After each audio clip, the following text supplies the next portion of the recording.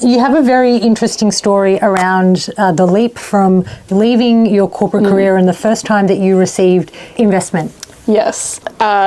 If you're not familiar with financial services or Macquarie, I've never worked in another bank, so I'm not sure if it's the same term there, but there is something called Memo Day.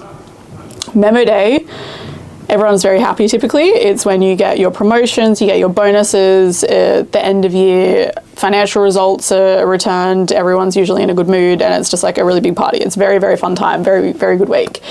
That week is the week that we were pitching for capital, so I could not partake in all of the Memo experiences.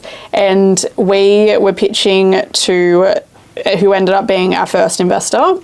We went in, we pitched to him. He was incredibly smart. Like every question, thank God that I knew my numbers. Like I had to know like the projected financial model of like Q3 in 3 years time and this and that and everything, like the tailwinds, headwinds, everything, because he was so sharp. Every question is like, what's this number? What's that number? So thank goodness I had studied my notes and I knew my shit. And we walked out and he gave us a pitch. He said, yep, this is how much I'll invest, this evaluation. And I could not believe it. I was shocked.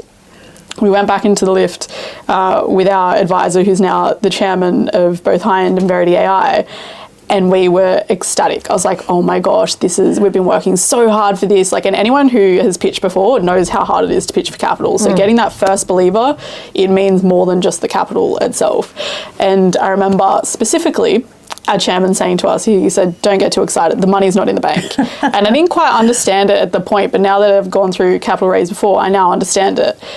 People will say they commit, but doesn't always mean they do. There's due diligence in between, you know, that verbal conversation and the money in the bank and the term sheet. Even after the term sheet's signed, there is always the potential that it could lapse for whatever reason it might be. It might be on your side, might be on their side. So it's like you got to wait until the money's in the bank, and that was a very, very big lesson for us. Yeah, we're very aligned on that. Where it's like if there's no agreement, or you know, you can't celebrate until the agreement's signed, the money's in the bank. I think there's been many times where, as we've worked together, we've said, don't celebrate.